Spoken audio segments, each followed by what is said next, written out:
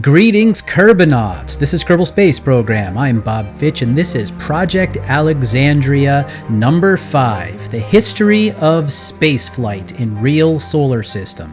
We left off last episode in May of 1959 with the launch of the first monkeys to survive a spaceflight, Abel and Miss Baker.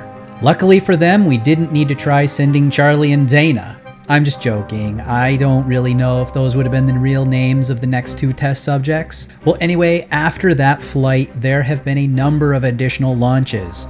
A couple of them have been more Discoverer launches trying to perfect the United States' spy satellites. It's the 7th of August, 1959 for the launch you're watching now. Discoverers 3 and 4 have already failed. In a few days from now, Discoverers 5 and 6 will fail to return a payload that can be recovered.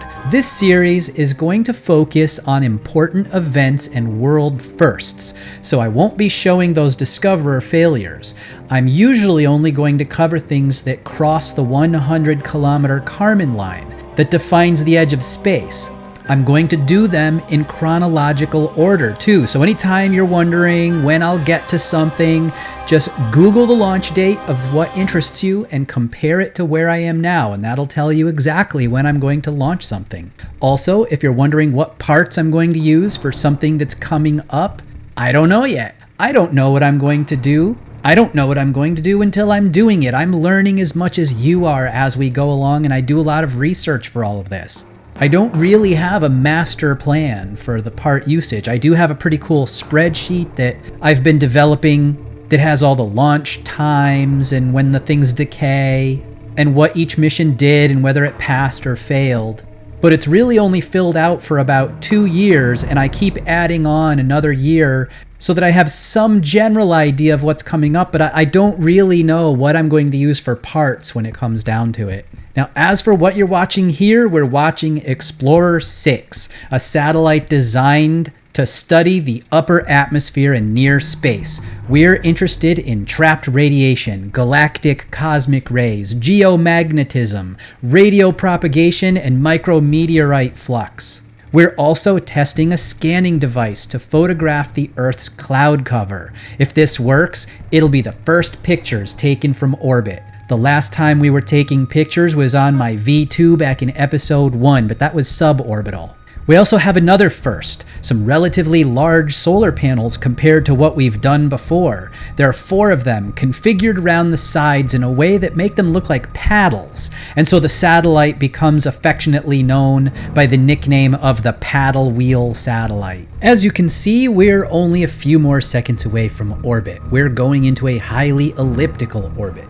We have a UHF transmitter for digital telemetry and TV that will only be operated as we get closer to the planet again. We have VHF transmitters for analog data that will operate continuously. Only 3 of the 4 solar panels deployed properly though, and they deployed earlier than expected as well. The initial operation of the satellite suffered a 37% loss in power as a result, and that got worse over time. The decreased power eventually led to more and more signal noise and eventually the failure of the satellite entirely when the batteries finally gave out. We did get over 800 hours of telemetry and 23 hours of digital before that, including the first pictures of the planet from orbit. They were terrible pictures, but still quite the sensation across America just because they were novel. And don't worry, we're not done with Explorer 6 yet, even though it's effectively dead within 2 months. We have another plan for this that you'll see later. Explorer 6, the paddle wheel satellite, shown before launching. The vanes jutting from the 2-foot sphere contain tiny cells to convert solar energy into power for the Explorer's battery of radio equipment and instruments. Carried into orbit by an Air Force Thor-Able rocket, the satellite will measure the Earth's radiation belts and magnetic field. And perhaps most impressive of all, will relay back crude pictures of the globe and its cloud cover from the vantage of outer space.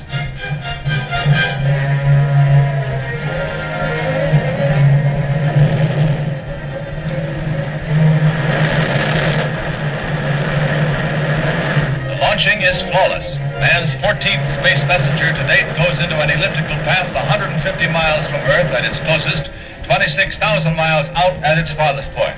The paddle wheel satellite will remain in this orbit at least a year, continually drawing electricity from the sun's light to power its unique eye in the sky, probing the mysteries of the cosmos.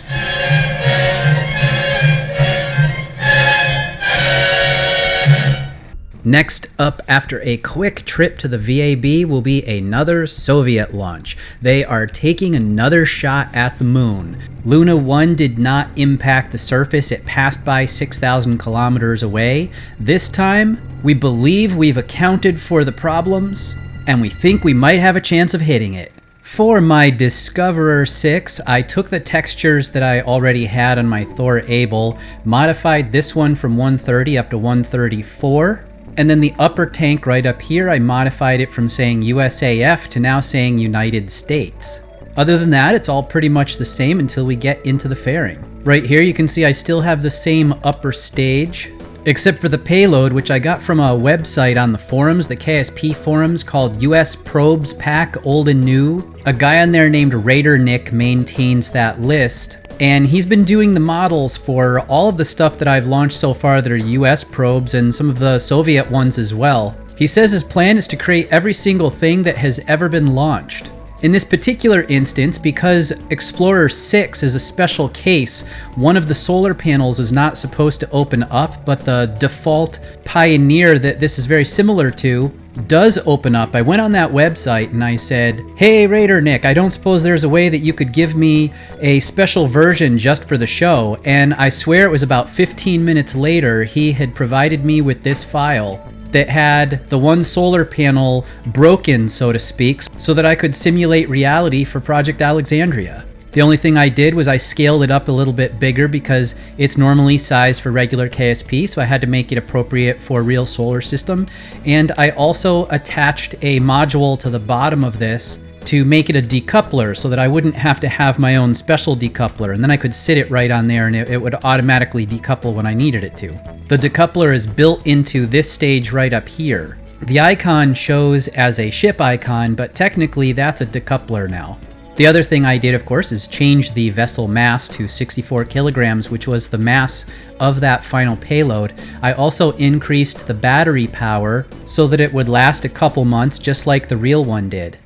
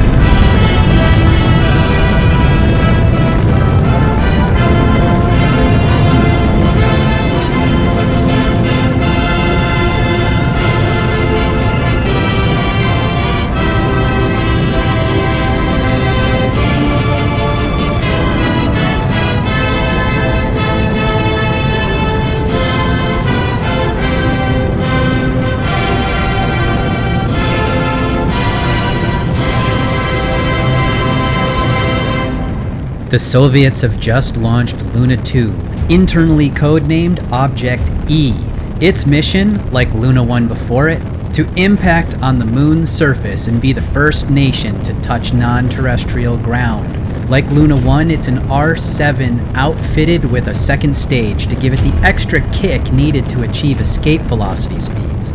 Luna 1 missed, but did escape the Earth, becoming the first human artificial satellite to go into a heliocentric orbit. Hopefully, Luna 2 will be more accurate. Discussions about striking the moon and photographing the far side started as early as 1956, but it was not until 1958 that a plan was ready. The government approved the project, and work began right away. More than a year later, here we are, heading to orbit with that very goal in mind. Lots of new tech went into these launches. The launch site needed improvements to support the larger rockets. New telemetry and tracking systems were invented. Ground stations were built to help with the launch trajectory accuracy, which was improved by 80%.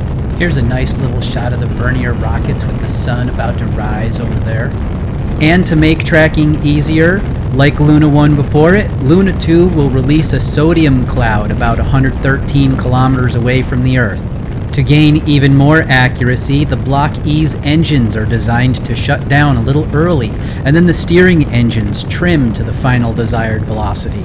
After that, the payload is released to ensure proper heating and prevent instruments from the Block E interfering with the instruments on the payload. The payload is a small globe of about 400 kilograms, although there are additional scientific instruments on the Block E upper stage that will also eventually impact the moon if we're accurate. Important notable scientific instruments on here are a magnetometer that is extended away from the main body on a little stick-like thing on the top, a micrometeorite counter, and some ion traps. We also have some interior and exterior Geiger counters. The Block E contains similar instruments. It's time to fire up the Block E's engines. Remember, we start those a little bit early because we need to make sure that the fuel is settled and no air bubbles go down into the fuel pumps. That's why there's that large gap there, so that the exhaust from that engine can escape out the sides in the middle of the rocket.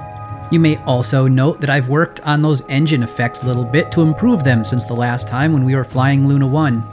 Also in the payload are two Soviet pennants, shaped like globes and made of small pentagonal metal plates engraved with CCCP, January 1959. An explosive charge in the center of the globes is designed to blast the pieces in every direction and spread them around the moon's surface. Haha, check it out. Look at that intercept. We are definitely colliding. It may not be where the Luna 2 really struck, but at least we're striking the moon.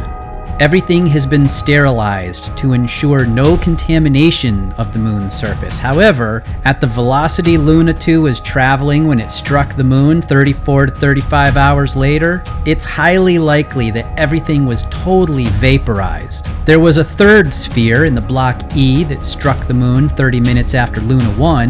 It's likely that was vaporized as well, including all the little pennant bits. Nonetheless, remember, this was all in the depths of the Cold War and the space race now, so striking the moon with a missile you normally would use to launch nuclear weapons, well, that proved even more how accurate the Soviet missiles could be, and continued to cause fear throughout the American people. The Earth is dropping behind us now, and somewhere around here I'm sure is where we would be releasing our sodium cloud, lighting up the night sky and allowing astronomers all over the planet to track Luna 2's location and to prove that Luna 2 really was on the way to the moon.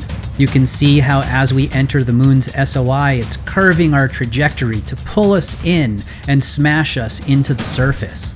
At this point in history, we have only ever seen this one side of the moon. It's tidally locked, which means it rotates on its axis at the same speed it revolves around the Earth, so 24 hours a day, only one side is visible to us. We appear to be impacting right here. The real Luna 2 impact site was right about here. The day after the impact, then Premier of the USSR Nikita Khrushchev presented the American President Dwight D. Eisenhower with a copy of the pennant as a gift. Today, it's in the Eisenhower Museum in Kansas. Here we go, and boom! Impact. Visually verified by a couple of sites on Earth, theoretically. It was hard to tell whether people had really seen what they were saying they did, or if they had just heard other people talking about having seen the impact and they were describing what they'd already heard. A mathematical analysis of the impact strength suggests that there should have been a way to see at least a little flash of light when it hit. You remember how I said earlier that there were many Discoverer failures around this same time period that I'm not going to show? Well, Frank Bizard has an interesting anecdote to tell about those early failures. Launches continued at the rate of 2 every other month. The rocket scientists and their military overseers were slowly inventing the craft of space travel and suffering failure after failure along the way.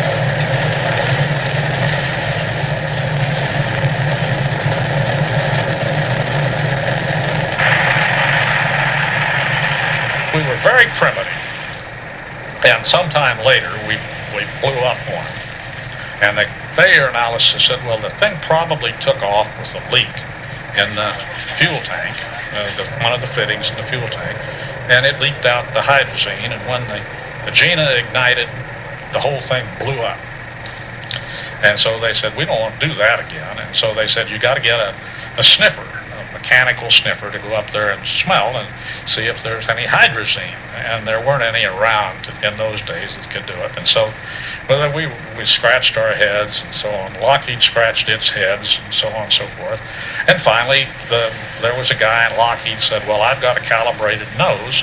And so everything's all buttoned up, and someplace in the count, after they've got a little bit of fuel on board, this guy gets up in a cherry picker, and they take him up, and he unscrews a hatch on the Agena, and he sticks his nose in and goes, all okay. So now today, OSHA, IRPA, and all those other clowns would die, but because it's poisonous as hell. I mean, hydrazine is not healthy stuff. We had 10 launches before I went to Vandenberg for a launch, and the launch I went to was a glorious failure. The Thor lifted off the pad, and they'd made a mistake, and instead of going straight up and going over like this, it went up, and it was a dancer.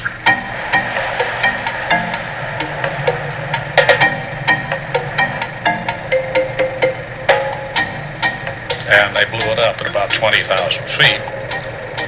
And here's all these pieces, and you're sure they're going to come down and hit you. So first there was a mad scramble to get under something, and then suddenly somebody realized that thing's going to fall down here, and it's got all sorts of classified stuff on board, film, and so there was a mad rush, went down, jumped in the car, and drove like madmen down to where the thing was, and over in one corner, off in one area, there was the payload. And the front end was relatively intact, so we didn't spread film all over everywhere.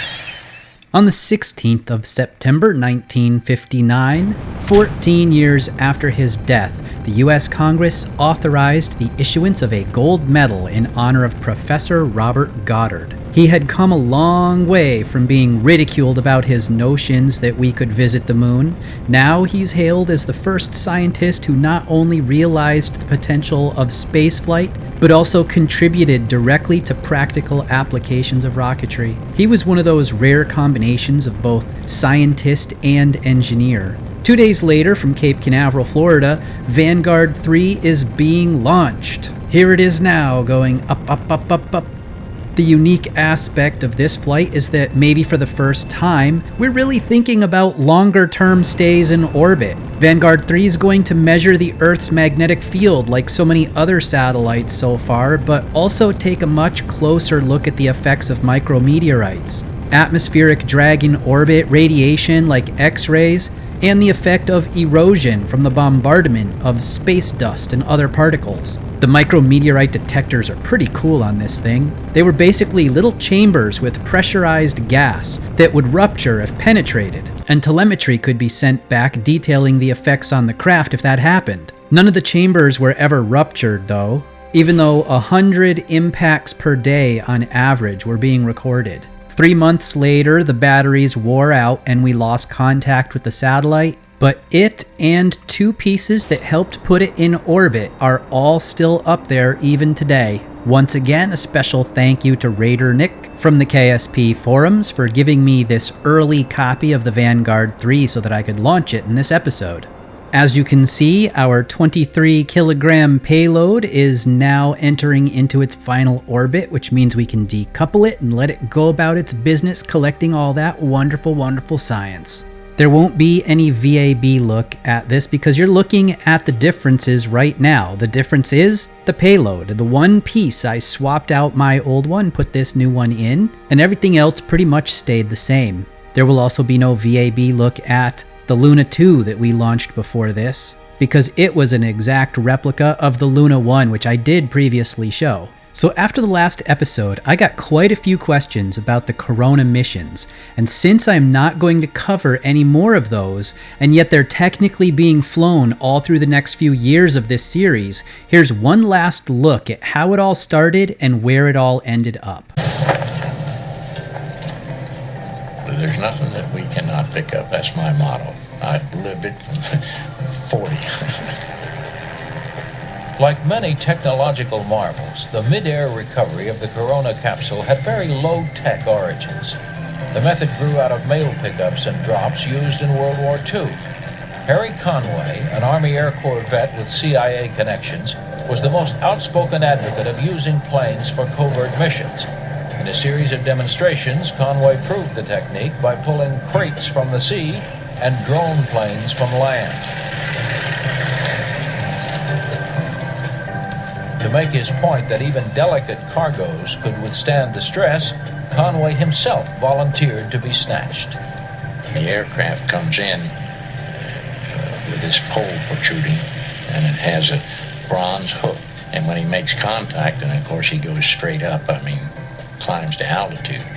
And like with a man, myself, I'm sitting in this same position, just like this. And when they make contact, I raise up about 3 or 4 feet, and then you take right off. And their contact speeds are anywhere from, I think on a B-26 it was 106, and that's almost stalling speed. But I was picked up once with a B-29, and I took 59 G's at that point. I had a hard time getting insurance.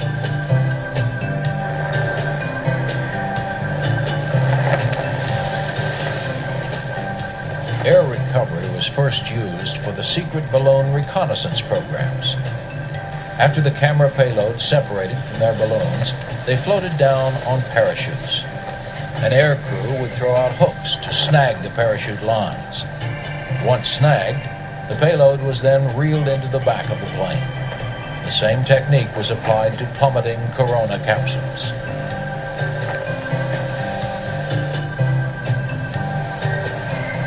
To keep Corona film from falling into enemy hands, a squadron of C-119s was sent to Hawaii. It took air crews months to perfect the satellite recovery technique. The trick was to figure out a falling capsule's trajectory, then to put airplanes near the capsule's path of descent. When the capsule appeared, the C-119 swooped in to grab the falling bucket of film.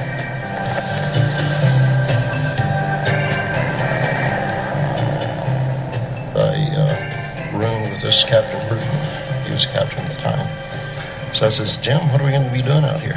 And he says, well, we're going to be recovering nose cones from outer space.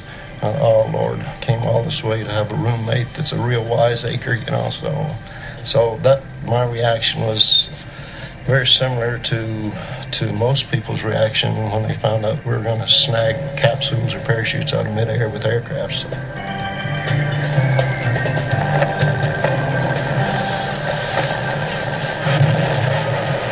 Discoverer 14 was the first mission where everything worked correctly. The Corona camera took its pictures, the film bucket was shot back to Earth, then the bucket was successfully snagged in midair. But recovery crews were kept in the dark about the bucket's true identity. I think that everyone speculated on what it was, and of course that speculation was never discussed among people, and it was in the newspapers and all this kind of stuff, what are the big spy satellites and things like that. The Corona program has been declassified, and its pivotal role in the history of aerospace and intelligence gathering has finally been revealed. Recently, the NRO turned over all 2 million feet of Corona film to the National Archives. It is hoped that this detailed record of the Earth's surface will be closely studied by historians and environmentalists. Corona imagery is also being funneled into an effort that would have been unthinkable when the satellite was flying. A joint U.S. and Russian working group is currently exploring ways that both nations can use their collection of satellite spy photos to help clean up the environment. The satellite that answered so many Cold War questions may have yet another life, this time solving the peacetime puzzles of tomorrow.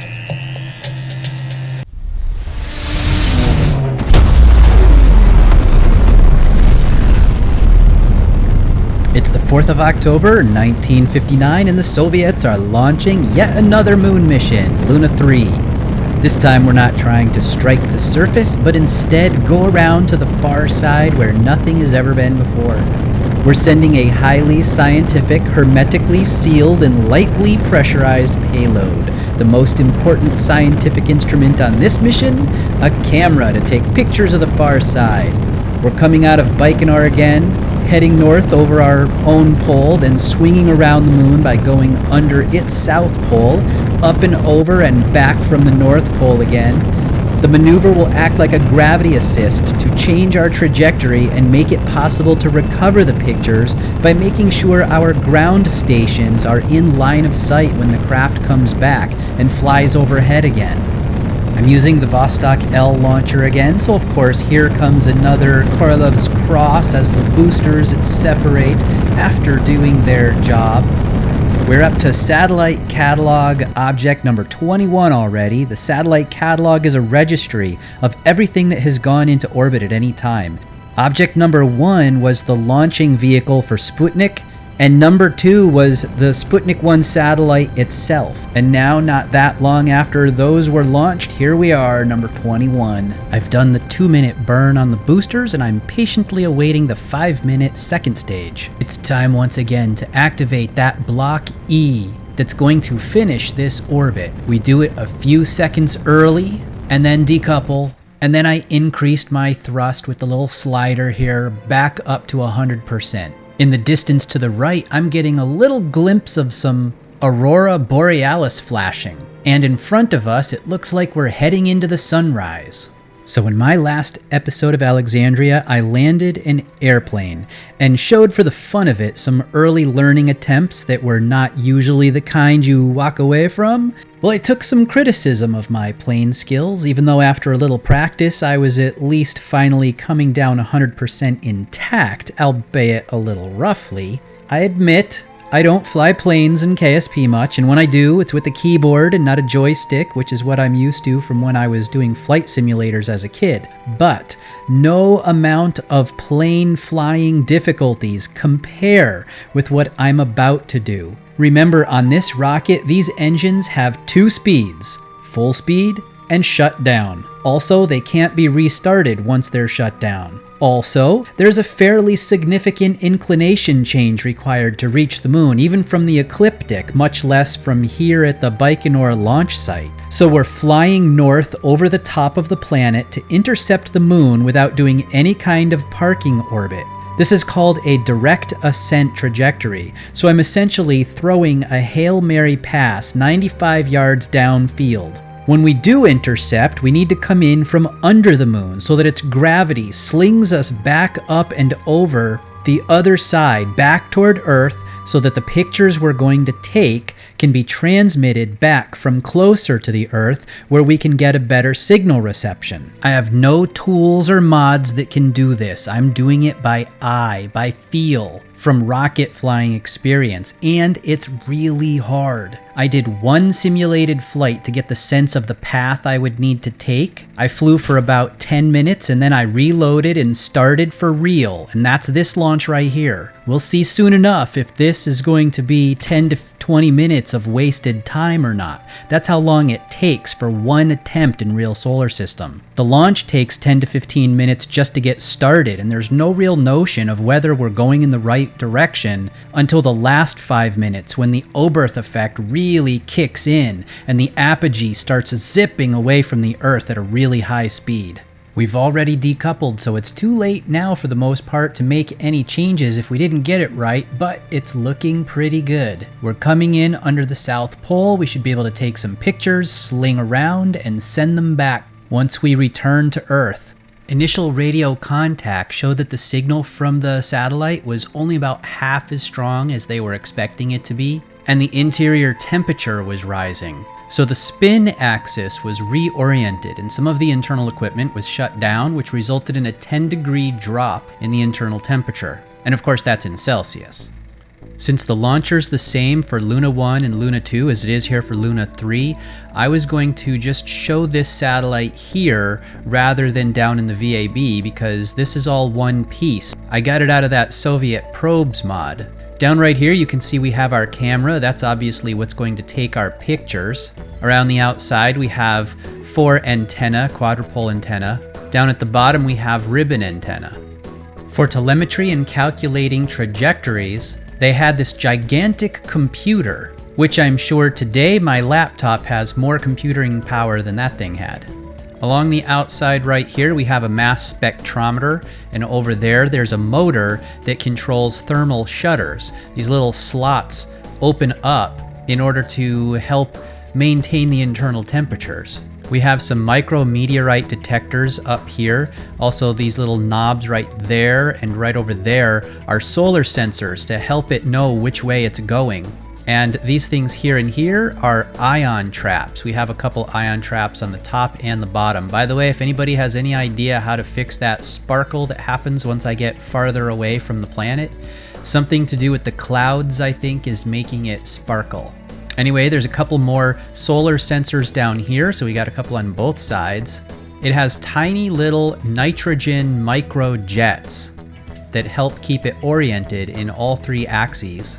Along the side here, we have some solar batteries. Essentially, those are the batteries, and the solar panels are attached to the batteries and directly recharge those batteries from the solar panel that happens to be getting the energy. Technically, on the real Luna 3, these microjets and the solar sensors and all that were oriented a little bit differently. For example, if you see right here, here's one solar sensor.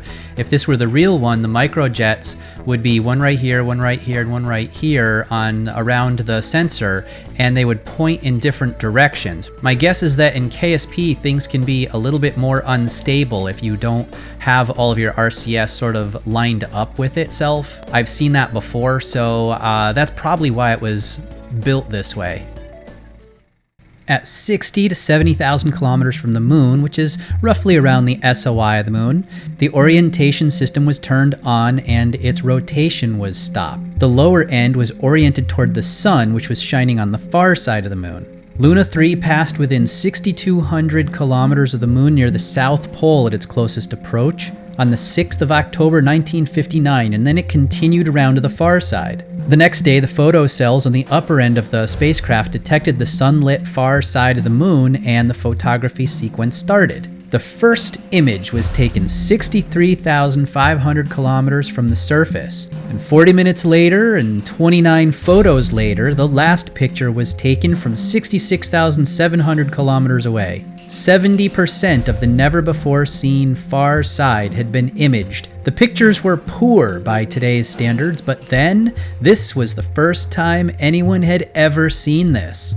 After it was done, Luna 3 went back to spinning and passed over the North Pole, then started back toward Earth. Attempts to transmit the photos back to Earth began on the 8th of October, but were initially unsuccessful due to the low signal strength. But as it got closer, 17 images were finally sent back over the next 10 days. A few days after that, contact with the Luna 3 was lost. It's believed to have burned up in the early 60s, if not just a few months later. We're about to close out this episode, but not before we get back to Explorer 6 one more time. I warned you that we weren't done with it yet.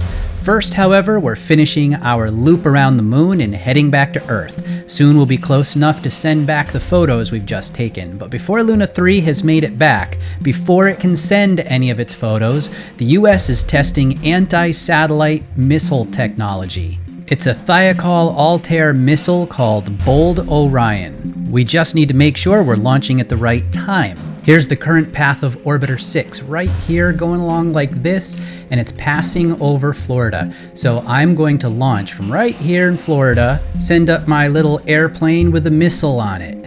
We're using Explorer 6 as the target since by now we've lost contact with it anyway. But we know where it is. It's going to pass overhead here soon, so we're sending the missile up on the side of a strategic bomber. At 11 kilometers, we'll release it and let it continue to a suborbital trajectory on its own. That takes it within 4 kilometers of its target. If we were 4 kilometers away and carrying a small nuclear warhead, detonating it would disable the satellite even from that distance. And even though this test is a success, Eisenhower canceled the program because the project was seen as taking an aggressive stance on space, and his administration was looking for a more peaceful and cooperative outlook on space exploration. So we've lifted off here in what should look a little bit like a B-47 strategic bomber. After heading out a little bit to get under the orbit of Explorer 6, we will start a climb and then release our bold Orion missile. From about 11,000 meters, we let it go, and it'll head up to try and intercept. On the 13th of October 1959, it passed within 6.4 kilometers of Explorer 6. Like I said earlier, a nuclear warhead would be able to detonate at that range, disabling the satellite, or any satellite really. 2 stages on this little baby, the first one being a Thiokol TX-20 Sergeant, and the second stage an ABL X-248 Altair, both of them solid propelled. And as we pass by my Explorer 6 right here, we'll bring this one to a close.